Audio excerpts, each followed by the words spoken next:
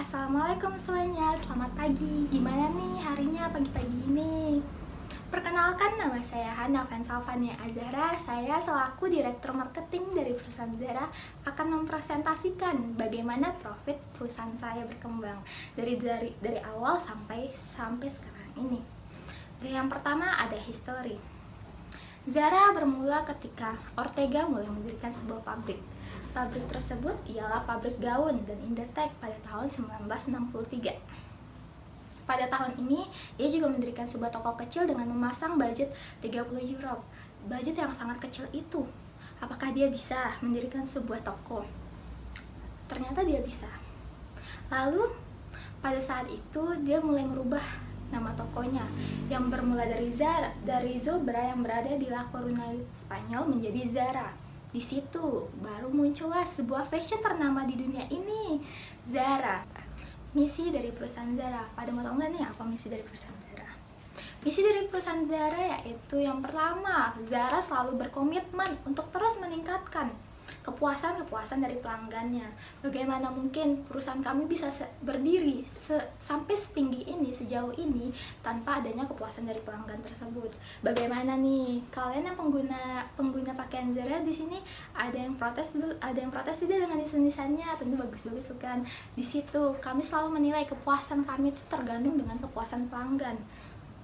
Lalu misi dari perusahaan Zara. Misi dari perusahaan Zara ialah selalu berkomitmen untuk terus berkontribusi kepada masyarakat dan lingkungan di tempat kami berinteraksi.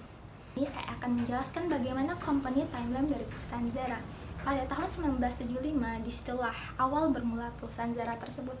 Pada tahun tersebut, perusahaan kami membuka toko pertamanya di Alexio Gracio di Spanyol. Lalu pada tahun 1980, kami meluncurkan model instan pertama kami. Lalu pada tahun 1990, kami memulai ekspansi pasar global internasional. Lalu pada tahun 2010, kami memulai dengan membuka butik online dan dengan menggunakan teknologi FVID. Lalu pada tahun 2015, kami sudah menduduki peringkat 30 besar pasar merek terbaik loh.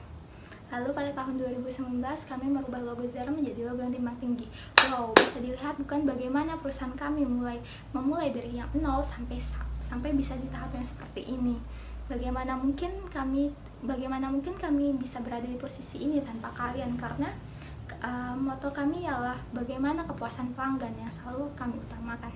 Bagaimana company hierarki dari perusahaan Zara? Bisa lihat di sini company hierarki dari perusahaan Zara. Di sini ada ketua dan bawah-bawahannya. Bagaimana mungkin Zara bisa berkembang sampai tahap seperti ini tanpa adanya orang-orang seperti mereka? Zara merupakan perusahaan kecil, berawal dari perusahaan kecil hingga bisa menjadi perusahaan global terbaik di dunia. Lalu, produk-produk Zara. Zara merupakan fashion ternama di dunia.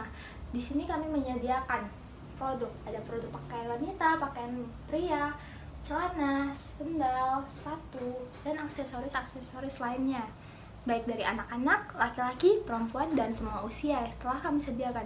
Bagaimana nih pengguna Zara yang di sini, pengguna produknya? Apakah kalian merasa ada kualitas Zara yang buruk? Jika ada, kalian bisa komplain ke pusat informasi kami loh di websitenya.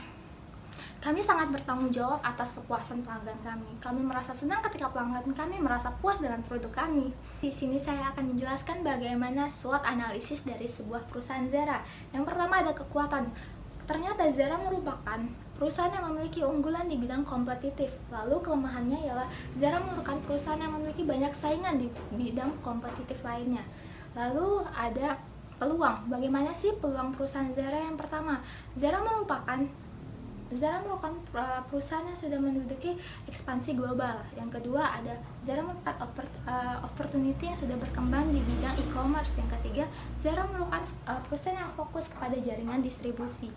Lalu ancaman apa saja sih yang ada di perusahaan Zara? Yang pertama, ancaman dalam persaingan yang sengit. Bagaimana mungkin Zara bisa berkembang tanpa adanya persaingan yang sengit dengan perusahaan-perusahaan lain? Lalu yang kedua ada Zara merupakan perusahaan yang menggunakan desainer internasional. Mengapa? Karena Zara lebih mementingkan bagaimana kreativitas dari seorang karyawan-karyawannya yang bisa menjadikan produk menjadi go internasional tanpa harus menggunakan desainer.